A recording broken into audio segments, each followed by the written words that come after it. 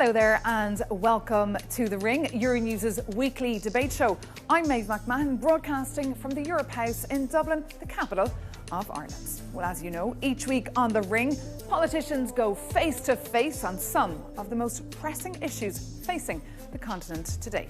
Well, this week we're exceptionally in Dublin as Ireland has taken over the rotating presidency of the Council of the European Union. But what does that mean for the country? And will Ireland be able to steer the ship and have some influence over the next 6 months? Luis Albertus has more.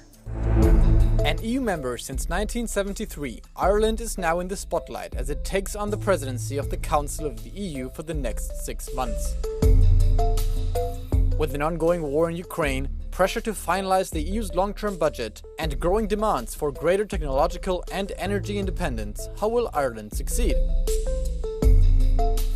Ireland has built a thriving economic model around attracting major US tech companies. But now it will have to help steer discussions on European digital sovereignty and on reducing strategic dependencies.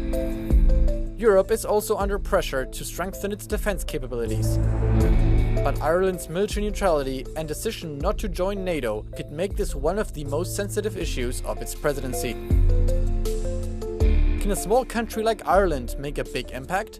And can it turn 6 months in the spotlight into lasting influence? Some of the questions we have for our contenders, let's meet them. Neil Richmond, Ireland's Minister of State for International Development and Diaspora. He represents the centre-right Fine Gael, a member of the European People's Party. One of his party's most outspoken pro-European voices, he built his reputation on Brexit and EU affairs. He's firmly pro-business and pro-European and has repeatedly challenged Ireland's long-standing policy of military neutrality, once describing it as morally degenerate in the context of Russia's war against Ukraine. Rose Conway-Walsh, a far-left Sinn Féin Dáil deputy representing the Mayo constituency, a prominent advocate for increased public spending and regional development. She's a supporter of Irish unity and a vocal critic of what she sees as years of underinvestment. She's also challenged the government by arguing that Ireland must strike a balance between protecting strategic industries and jobs while remaining firm in its international commitments. Neil Richmond and Rose Conway-Walsh, welcome to The Ring. Thank you. So, as you can see, Ireland is in the spotlight. Will this be a chance for the country to shine, or is it just really keeping the show on the road, Neil? Hopefully it is an opportunity to show off the best of Ireland, but there's a lot of work to be done, and making sure that we get through this 6-month period as the honest broker, progressing the European agenda, is really important. Your view on that? I think it's really important for us to have the EU presidency. It only comes around every 13 years or so. So this is a real opportunity for us to show what the real values of the Irish nation are. And I think peace has to be central to that. But also equality. We're very conscious of so many people being left behind in the EU. We want to make this EU very relevant for the EU population as a whole. What would be a successful presidency? Should it be focusing on EU enlargement, the budget? What do you think? I think there's two really big issues. Firstly, it is the budget. It is the key part at the negotiating of the multi-annual financial framework where we need to get that level of compromise, that level of agreement. It's vital. But secondly, there's an ongoing legislative push that Ireland has been behind in terms of the omnibus package on simplification. We've heard what Letta has said. We've heard what Draghi has said. Now we actually have the legislative tools to push them along. If we get those two big achievements moved along by December, I'll be very happy. And you mentioned Mario Draghi. He's, of course, meeting Ursula von der Leyen this week for talks. But let's go back to the launch of the presidency, which took place earlier this month, of course, with President Zelensky of Ukraine. He was here. We've also seen the EU Foreign Chief, Kaja Kallas, come into town as well. But slightly coinciding with the launch of the presidency, Rose Conway-Walsh, was the whole Organische Lumina scandal, or investigation, if you like. A refinery in Limerick that was allegedly helping to fuel Putin's war in Ukraine. Now, there is an investigation that's come out by auditors saying that sanctions have not been breached here, but has this been embarrassing for Ireland? No, I don't think so. I think we're waiting for the report to come out. Whatever that report says, I think it's very important that the Irish government respond to that. But there's also a role for the EU to play in it. It is important that obviously companies here, that we have an ecosystem that upholds international law and human rights. And at the same time, it's very important that those jobs are protected. We're talking about 2,000 jobs, direct and indirect, in an area that has been neglected for so long. So I think think it's important that the government get in there, that the EU get in there to support those jobs, to assure that the markets are diversified, because aluminium is such a product that's in such demand across the EU. It shouldn't be going to Russia. So the plant will stay open for now? Absolutely. Let's be quite clear. Alumina isn't a sanctioned project. And all through the 21 EU sanctions packages against Russia, Ireland has backed every single package. We've never looked for an exemption. We've never argued against it. And indeed, David O'Sullivan, former Commissioner Secretary General, has repeatedly said that Ireland is one of the best member states in terms of actually applying the sanctions. So we work with Commission partners. We have a very detailed investigation. Very serious charges were made against where the products are going. There is a lot of confusion about that. And this Limerick refinery is front page of all the European papers. And understandably so. And throughout Russia's horrible war in Ukraine, we've been quite clear that we can have nothing that is helping Russia in that effort. That's why we've been to the fore in terms of coming down against the Russian shadow fleet, why we've pushed so hard in relation to energy capping, and why we have worked consistently within the Council as well as across the European Parliament to make sure that we back sanctions, that we back supports, and we challenge the likes of the former Hungarian regime under Viktor Orban. Well, of course, it's a different EU now since Peter Mayer has come into power. But of course, you mentioned the war in Ukraine. What about defence? There was a new report out this week by the European Defence Agency saying that Ireland is spending the least in the whole of the European Union on defence, just 0.2 of its GDP. Is that okay, do you think? Well, defence spending has been increased in Ireland, and I welcome that because there have been years, if not decades, of neglect in the whole area of defence. I'm glad to see that being addressed now. Spending? But it's up to 5% is what the EU want. But I think we need to be very careful. We are not going down the path of a European army or of the militarisation. Defence is a member state obligation, and it's a member state competency. Should Ireland join NATO, do you think? No, I don't. No, I think our defence is sovereign, and I think we're a military neutral country, and I think we need to be assured in everything that we do that we remain military neutral. That is the wish of the Irish people. But will it not get awkward now during the presidency? Because, of course, the big conversation today in Brussels is rearming Europe, getting ready by 2030, pumping billions into defence, and whereas Ireland, it's the lowest spender in the bloc. And that's why it's important we talk about facts domestically as well as on a European level. The EU doesn't want member states to get to 5% defence spending. That's NATO rules. No, Secondly, right. There's no plan for an EU army. That's a concept that is regularly put out by your political party. That's not on the blocks. What the Irish government has said consistently, we had a commission on defence. We are going to double our defence spending. It'll be up to €3 billion a year in the next year or two. By when? In the next 2 years, we've installed new drone defence technology, new radar technologies. We know that the situation in Europe at the moment, where there is literally a war on our borders and there's levels of hybrid terrorism that couldn't have been countenanced 10 years ago, This is the question. requires a Who response. would protect the Irish if there was an invasion? And I'm talking as well as cyber attack, sabotage. Well, some progress has been made there, but obviously there will be cooperation with other member states as well, and indeed with our nearest neighbour. But that must be done, but not our military neutrality. You trust on the UK to save Ireland now when they've so much on their hands? It's not a case of trust in the UK to save Ireland. I mean, we are increasing, as you said, our own spending in that area, in sonar and radar and things that need to be done. But obviously, as a small nation, we will never be in a situation where we can be completely standalone in terms of our defence. So I think it's important for member states to work together, but it's very important. Sovereignty is very important too, and making our own decisions is very important. And is there any pressure now on Ireland to join NATO? There's absolutely no pressure for us to join NATO. And I think, to be quite frank, it's never a discussion that's actually brought up around defence ministers' tables. It's more of an obsession here. We should be able to talk about security and neutrality without drifting into the space of NATO. What is really, really clear is that Europe wants to increase levels of cooperation on security and defence and increase the levels of spending. Ireland wants to be part of that, because the day of invasions isn't what we're worried about. We had a cyber attack in this jurisdiction only a couple of years ago, took our health system offline. That came from Russia. We need that investment and cooperation. And what the people want is Irish neutrality to be enshrined in the Constitution. And I think that is something very important and something that needs to be done to reassure Irish people. There is a lack of trust. There is a lack of trust in government, but there's in this area, but there's also a lack of trust in the EU project as a whole.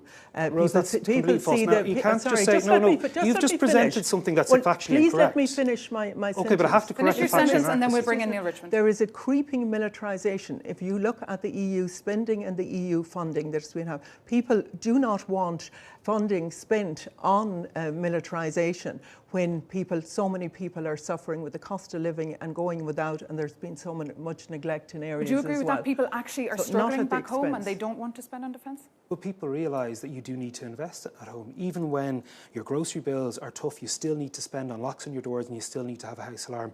Rose is there taken the decision to speak on behalf of the Irish people and said that there's a lack of trust against the EU, whereas every Eurobarometer and European movement support shows in that the area of I'm sorry, this is really important. No, because in the vast majority of Irish people, not only do they trust in the EU, but actually it's an even split between Irish people who want us to increase in level of defence and security, and also those who don't agree with the policy of military neutrality. But this is a crude thing. Neutrality isn't on the agenda. We don't need it inserted in the Constitution. It's not a constitutional matter. Because there is... Because, repeat, you've just said the Irish people want us to do that. We have a very consistent policy. That's not under any threat, bar the opinions of the opposition politicians. Whereas, on a European scale, we're trying to prove to European partners that we're serious. Well, then go to the defence people and security. ask them. Ask them in a referendum. OK, right. The last bill presented before the Dáil, would you be able to say that you back the people of Palestine over Israel under that? No, because we have to be neutral. Your virgin neutrality, and the one that you talk about without going into the depth, completely removes the ability to work with partners. We're not neutral. We're in the European Union. We are militarily neutral. Yes. Well, as you can see, we're just getting warmed up here on The Ring. Stay with us because we're ready for the next round here on The Ring. Well, as you can see, we're getting a bit of a flavour of the debates that go on inside the Dáil, the national parliaments, and as well, of course, over in Brussels and Strasbourg in the European parliaments. And now it's time to give our viewers a real glimpse of how you actually put questions to each other. Rose Conway-Walsh, you can address your first question. Tina Everett. OK, well, my first question is around simplification and some of the concerns I have around that. What outcomes would you expect to have from the simplification agenda? And would you be concerned about workers' rights, about environmental rights, and human rights, indeed, with the simplification agenda that's been pushed at EU level? The simplification agenda is vital. It's vital to ensure the European Union actually keeps pace with the United States and China in terms of creating a more competitive Europe, but also making sure that we have the future jobs and technology that workers will actually be able to have. What we have is 10 omnibus packages, 3 of which have gone through the stage, another 7, at least 3 of those will be pushed ahead by the Irish presidency that are vital. I have zero concerns. I was on the EPSCO Council as an enterprise minister when we worked with both Letta and Draghi to make sure that this agenda is one that does recognise the need to make sure that it is human-led, that workers' rights are protected, that our environmental responsibilities are, but also to make sure that SMEs can actually continue, because repeatedly, and understandably, and I fully agree with Rose, even though we come from different sides of the political spectrum, repeatedly you raise the pressures of bureaucracy on small Irish Indigenous businesses. Well, that's why we need to address that at a European level with a simplification package that allows businesses to be liberated. That's the administration burden being removed and the red tape being removed, and absolutely I agree with that, but I am very concerned about the deregulation and the push to deregulate. We see in this country alone, in the defective concrete blocks, we're going to end up paying over 9 billion for light regulation in this country, and I don't want to see, we need to see proper regulation. We need to protect our populations from the drive towards greed. Do you fear it could turn into deregulation? Not at all. I fully agree with Rose. There is no deregulation agenda there, and we need to nip this in the bud. This is about a simplification to make sure that when we're talking about environmental reporting, that a small business in Galway or Mayo or wherever it may be is not filling in the same form 5 times because it has to do it at a European level, domestic level, and then at a regional level. It's about a simplification agenda to make sure that we can get finance deployed quicker to invest in businesses, invest in workers, invest in education. This agenda is crucial, and if Europe doesn't pursue these omnibus packages, Europe will fall away and simply be a supply chain into China and America. That's, of course, the view as well of Mario Draghi, if anyone has read his very lengthy report about how we could die, quote, a slow agony. Neil Richmond, your chance now to address your question to Rose Conway-Walsh. Rose and I repeatedly say that we stand with Ukraine, but I've struggled to... How do we say that we stand with Ukraine when Sinn Féin voted against, in the European Parliament and in the Dáil, the €90 billion loan package that the EU worked so hard, managed to get through when the Hungarian regime changed? Is that standing with Ukraine? Do you really stand with Ukraine? We absolutely stand very firmly with Ukraine and against the war of aggression from Russia. The reason why we voted in the way that we did against that was because, again, it was impacting our military neutrality. The 20 billion of that was was going towards militarisation. We didn't feel that we could support that. We 100% would support any humanitarian effort for Ukraine.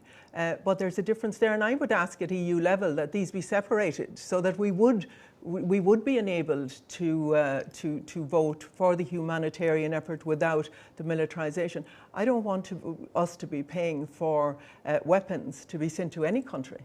No, but they are separated. This is the same with the European Peace Facility. It's the same with this €90 billion loan. It's the same with all the funding that Ireland has prepared, the over 250 million directly and over 250 collectively that goes to support the Ukrainian effort. It is for non-lethal supports. Radar technology surely is okay. Surely mine-clearing technology is okay, as well as an underground school in the Donetsk, as well as providing ambulances and humanitarian equipment. The thing is, they are separated against. But when you put that decision to vote against the €90 million package vociferously by your finance spokesman, and then we see Sinn Féin MEPs in the European Parliament either abstaining or voting against sanctions package, it's hard to believe that you stand with Ukraine. Do you think there was an understanding of what they were signing against? Oh, I certainly do, yes. Our MEPs, Lynn Boylan and Kathleen Funchion, knew exactly what they were doing, and we worked together with them from here.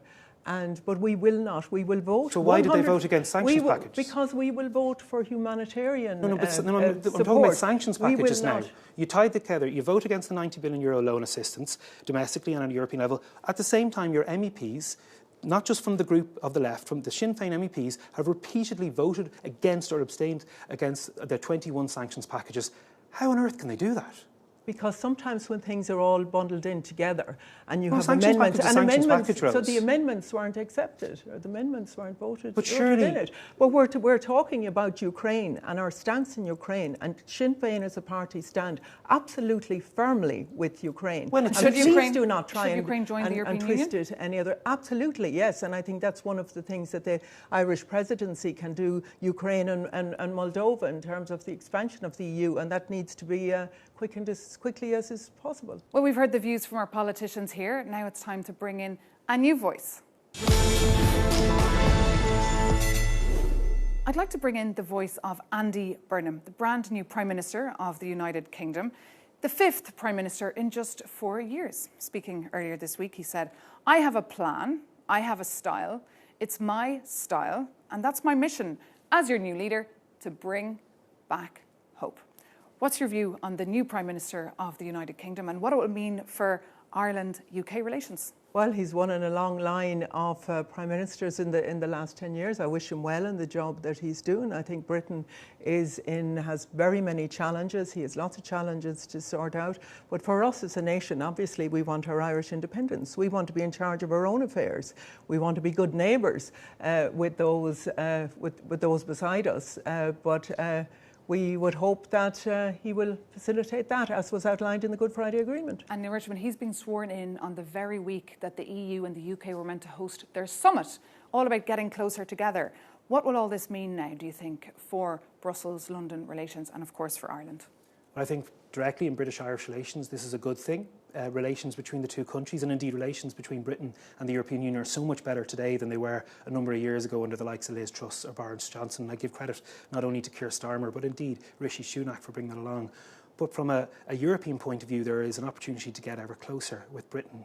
As much as they are facing very difficult times, they're still one of the world's largest economies. They are still a very important economic as well as political partner for all of us in Europe. So the closer the relations, the better. Andy Burnham is of Irish descent. His lineage comes from Louth. His constituencies in Manchester have a really strong Irish population. His replacement as Mayor of Manchester, indeed, is from the north. So it's a really positive move, but we want to see that relationship grow ever, ever closer, and perhaps maybe one day we see a British rejoin.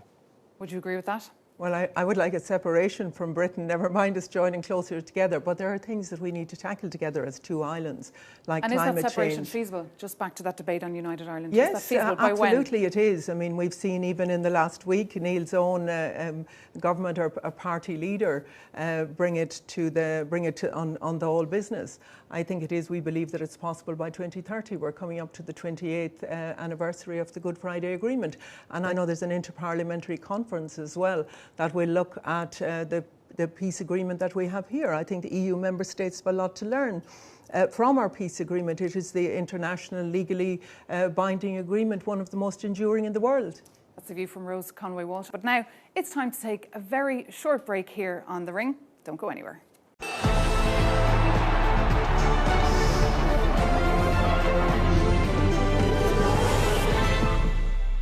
Welcome back to The Ring, Euronews' weekly debate show. This week, coming to you from Europe House in Dublin.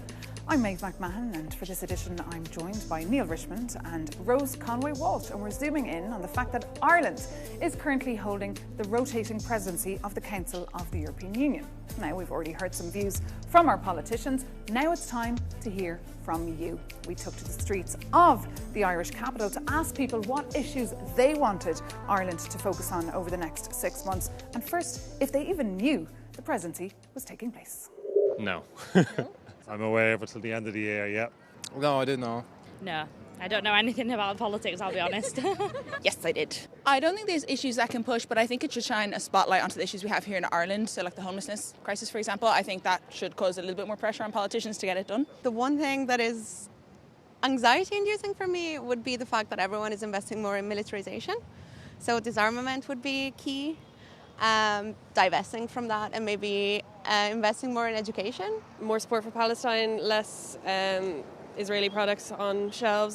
Housing. Probably housing, 100%. Rising cost of living, and a lot of people are even food insecure. People don't realise that. Food insecurity has gone way up. And just support for like local businesses and stuff. You know, a lot of people closing down. While we're not in NATO, we kind of avoid and stay out of the firing line for at least the media. We've always been a neutral country and we should stay that way. No, I think keep our neutrality for sure, yeah. So there you go, a lot of interesting views, many not even knowing the presidency is taking place. Does that surprise you? Well, if you're living in Dublin, you can't avoid it because of the traffic, but it doesn't surprise me, no. And I think that's one of the challenges of the presidency is that, you know, that democratic deficit that's there in terms of education for people, or making it relevant, making the whole EU project relevant in people's everyday lives. And they outlined some of them there, like the homelessness, housing, cost of living, all of those things that are impacting people. And obviously Palestine is hugely important here in Ireland as well, and support for Palestine. Your view there? I think it is a challenge, but it's also a great opportunity. In 2013, when we last had the presidency, we launched the Blue Star programme in partnership with the European Commission and Parliament. And it's on all of us, not just those in the government, to work with the European member states that have been twinned with our counties. Dublin's twinned with Greece, so I had the Greek ambassador out of the school, to talk about, well, how this really matters. And look, I've been working in European politics for over 20 years. The biggest issue for every EU politician, whatever the member state or where they're based or what level they're serving at, is showing the population at large how Europe works for them and how they can influence it. But as you can see, the disconnect, is huge between the capital city here and Brussels and what exactly is going on. We heard housing mentioned a lot there in that Fox Pop. What can be done here? And do you think Brussels can play a role? Because they're trying to start to play a role here. I certainly think they can, and I was glad to see at the beginning, at the launch of the presidency, that there was going to be a housing summit here. I think it's something that certainly impacts us here. So many people cannot afford a home now, so it's affordability. But I see there's commonalities across some of the other EU member states as well. So I think collectively it has to be looked at. If people cannot afford a home, so many children growing up homelessness, what price are we going to pay for that in the future? What price are these children paying? That's the thing, for we us understand now? the problem. To enable more funding, obviously more funding for housing. The funding has to be also planning in terms of restrictions. The big focus on defence is going to be in the long-term budgets, whereas housing, won't even get a look in. Well, actually, this is the first time that we have a housing commissioner. This is the first time that we have the President of the European Council talking about housing as a European issue. It had always been seen as a member state issue, and Rose is right. There isn't an EU member state that isn't having an issue with housing, just like Australia, Canada and the United Kingdom. We're coming out of the financial crash, followed by COVID, followed by Russia's war in Ukraine, that absolutely repressed the ability to build homes. We just don't have enough homes in this country. So that's how we have to work with European partners to get the finance in place and to make sure that we have regulation to allow the government. We built 25% more homes this year than last year. We want to do more of that again and find every which way to build more homes. And of course, the main goals of the presidency are working on competitiveness and values. Does that mean anything, though, to regular people in the streets of Dublin? No, one of the values has to be that everybody has a home to live in, has somewhere to live in. So I don't think so. But values in terms of the Irish nation, as I said, support for Palestine, the value of international law, the value of people standing up for people, the value of people not ignoring a genocide that's happening, that's being played out every day on people's televisions and all of that. And yet we are so many months now after what was supposed to be a cessation of violence in Palestine, and people see that that's not happening. So there's protest process in all of the EU events Is Ireland as well self-censoring taking place. slightly on that topic? Not at all. I think anyone in an EU member state capital, and I've sat around Foreign Affairs Council meetings where they've asked why is Ireland so focused on the plight of the people of Gaza, the West Bank and indeed into Lebanon. We were the first member state with Spain who not only recognised Palestine but consistently have brought the motion to European Council meeting to suspend the EU-Israel Trade Association Agreement. Rose rightly talks about values, and we hear about the Vox Pop. This matters to the Irish people, it matters to the Spanish people. I'd imagine it matters to every human. But you ask, what do values mean to people? What does competitiveness mean? Competitiveness matters to every single citizen, whether they're buying a cup of coffee, trying to buy a home, or hold down a job. That's why it has to be one of the key three pillars of our presidency. OK, Neil Richmond and Rose Conway Walsh, stay with us as it's now time for our fifth and final round. So now it's time to do something a little bit different. I'm going to ask you a question and you can answer with yes or no. Is that doable? We'll try. Go on. Is the European Union a force of good, Neil Richmond, yes or no? Oh, 100% yes. Yes. Is Ursula von der Leyen a good president of the European Commission, yes or no? Yes. Should Ireland join the Schengen area, yes or no? No, because of our relationship with the UK. No. Should Ireland join NATO? No. Ever? No. No. Is the future of the European Union bright, yes or no? Yes, if it's done properly. Yes, very bright. And should Ireland defend its low corporate tax model, yes or no? Yes. Tax sovereignty is very important, but obviously we have the OECD agreement now at the minimum rate at 15%, so it's more than one word, but I think that has been settled. Yes. There? Yes, as will the 9 other EU member states whose corporate tax rate actually is lower than ours.